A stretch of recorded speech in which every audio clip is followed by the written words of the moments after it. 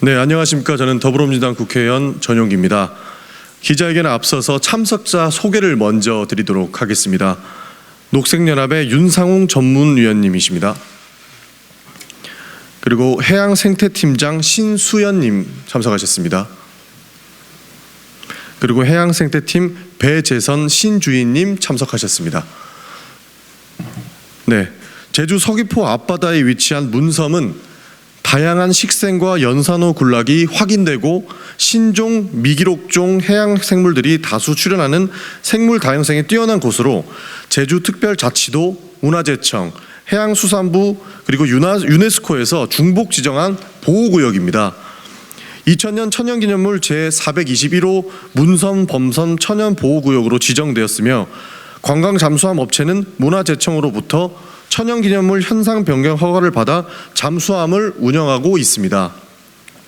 2022년 6월 8일 녹색연합은 관광 잠수함 운항구역인 문섬 북쪽면 동서 150m, 수심 0에서 35m의 안반과 산호 군락이 훼손이 심각하고 법정 보호종 산호 9종이 위협에 방치되어 있다며 문제 제기를 하였습니다.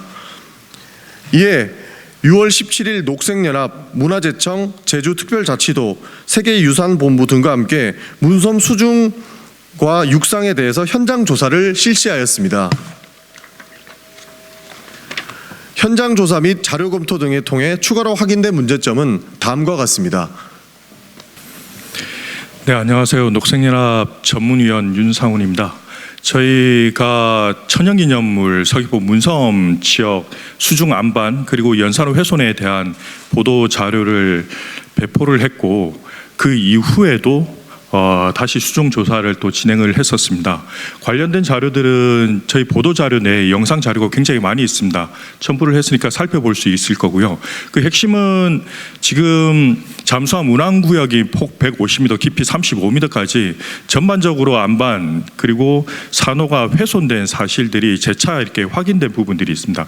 또한 특별히 잠수함이 수중 20m 지점에 중간 기착을 해서 물고기 피딩을 하는 다이브 쇼를 하는 지점이 있는데 이 지점과 유사한 지점들이 또 하나 발견이 된 사항이 있습니다. 자세한 내용들의 영상을 좀 참고를 하시고요. 그리고 문화재청과 서귀포시의 지도 감독 자체가 전혀 이루어지지 않은 상황들을 확인을 했습니다. 문섬 천연보호구역 내에 잠수함 운항 규정이라는 게 있습니다. 여기에는 서귀포시와 문화재청의 지도감독 역할이 규정이 되어 있습니다. 거기에 보면 2개월에 한 번씩 현장 점검을 하고 특별한 문제가 발생되었을 경우에 즉각 상부기관은 문화재청에 보고를 하고 조치를 취하도록 하게끔 되어 있습니다. 그리고 잠수함 운항 업체 역시 반기에 한 번, 그러니까 1년에 2번씩 현장 모니터링을 실시를 해서 현장 훼손이 발생을 하면 즉각 서귀포시와 그리고 문화재청에 보고하도록 되어 있는데요. 저희가 이번 보도자료를 배포한 이후 서귀포시와 문화재청에 관련된 지도감독 그리고 서귀포 잠수함 측에서 제출한 자료 요청을 했음에도 불구하고 결과는 정보 부존재였습니다. 그러니까 정보 자체가 아예 없다라고 이야기를 했고 결론적으로 이야기를 하면 서귀포시와 문화재청이 잠수함 운항 규정에 나와 있는 지도감독 역할을 하지 않았다라고 판단을 하고 있습니다. 그리고 문화재청이 서귀포 잠수함의 운항 연장 허가를 문화재위원회를 통해서 매번 허가를 내주고 있는데요. 그때 가장 기본이 되고 참고하는 자료가 모 대학교에서 한 이 잠수함 운항 지역의 모니터링 보고서입니다. 저희가 이 모니터링 보고서를 입수를 해서 그간 몇 년간 모니터링 보고서 내용들을 확인을 했는데요. 몇 가지 문제점이 있습니다. 가장 첫 번째는 잠수함 운항 구역 내에 수중 안반이나 산호 훼손 지역에 대한 훼손 면적이라든지 훼손 상황에 대한 내용들이 전혀 있지가 않습니다. 두 번째는 잠수함 운항 구역과 운항하지 않은 구간을 비교를 했는데 운항 구역 내에서도 훼손 지역에 대한 조사가 없이 운항구역 내에 산호가 어느 정도 발달이 됐거나 훼손이 되지 않은 지점을 중심으로 했습니다. 그리고 조사 자체도 수심이 35m인데 10m, 15m, 20m까지밖에 조사를 안 했습니다. 그런 문제점들이 있었고요.